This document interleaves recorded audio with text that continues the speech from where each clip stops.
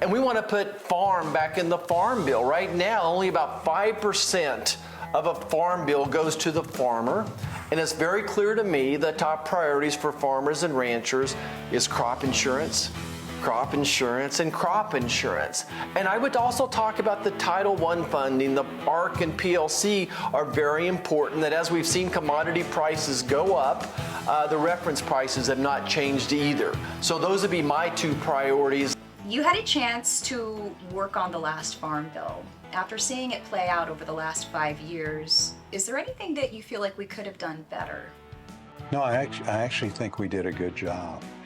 And looking back at 2018, it didn't seem like it was very stable back then, but it was very stable compared to the world of today, with the high inflation that we're seeing now and the uncertainty with the world, which affects commodity prices. The list goes on and on.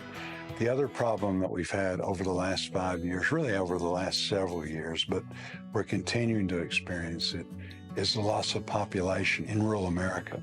53% of our counties lost population, so they're just kind of digging themselves in a deeper hole in a sense. You lose population, you lose the turnback dollars from the state and federal government. You don't have a whole lot to begin with. It just makes it that much harder. What it requires here is a strong bipartisan effort, and we have that, I think. I think we had bipartisan participation in these hearings in the field. I don't see any headwinds as far as what we need to do in committee. We're not trying to reinvent the wheel here or do anything tremendously outrageous. We want a farm bill that builds on the past but also looks towards the future with some of the concerns on conservation that we need to continue to modify. It'd be sure nice to get it out before we break for Christmas and get the Senate to do their work. I hope they just pass the House version and make it easy, And in order to ensure that farmers are fairly represented in this legislation, House Ag Committee Chair G.T. Thompson is giving farmers a seat at the table. Well, Christina, it's been a work of love for the number one industry in this country, which is agriculture. It's what a privilege to be able to lead on behalf of those hardworking families that provide us food and fiber and building materials, energy resources. My commitment is that we make this farm bill the one that just doesn't serve from 2023 to 2028, 5-year authorization, but this becomes a platform for the future, whatever's over the horizon. Now, Christine, I describe it as being that this farm bill actually, most recently I've been using the word tripartisan, right? So it's not just Republicans and Democrats, it's the people of American agriculture. That's the tripartisanship. And having them, learning from them what their needs are, what are their priorities, because their priorities need to be the priorities that we incorporate into this farm bill. Do you think that you do have a bipartisan bill in your hands as it stands right now that will get signed off once you're able to actually get some floor time? Yeah, I think so. The proof will be in the pudding, right? When we bring this to committee. But the way you make something bipartisan is bringing everybody to the table early on. Probably the person that's most disappointed we didn't get it done by September 30th is me. And it's not that we couldn't be ready, it's just that we were waiting on Congressional Budget Office, we were waiting on USDA for technical assistance, and quite frankly, we're waiting on the Senate. The Senate has its own time schedule of how it likes to approach things. The September 30th expiration date actually was a technical one. The one that really makes all the difference is January 1st of 2024.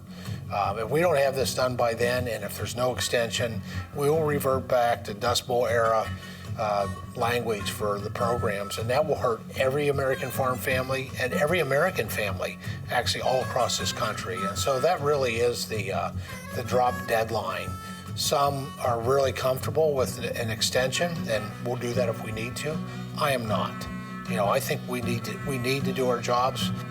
We are building I think a highly effective farm bill. The first title in the farm bill is commodities, and so we feel like we've got a real handle on that. The second title is conservation, and in reality, the 2018 Farm Bill was very well done. There may be some tweaking that we need to do. As this farm bill continues to climb the ranks, do you think that the farmer's voice is elevated enough right now for good decisions to be made by some of your colleagues who are from the coastal areas who don't understand agriculture. How hard of a challenge is it going to be to get them to understand some of the needs of rural Americans? Excellent question. I mean, and you know, I've been in agriculture all my life, and I really enjoy that industry. In that situation, they may not grasp the significance of agriculture, production agriculture, research in agriculture, agribusiness. You have to really want to understand it. So it's important to me that we do food production in the right way, and that we have quality products. And then when you take that around the world on exports, it even becomes an increasingly important factor, because people around the world realize that American agriculture can produce quality products. That's important to producers because they take great pride in what they produce, and they want it to be perceived as a quality product. I think it's well known around the world that American beef is the best quality beef that you can get. Where's the beef? Can't beat it. Right here. Can't beat it. You bet.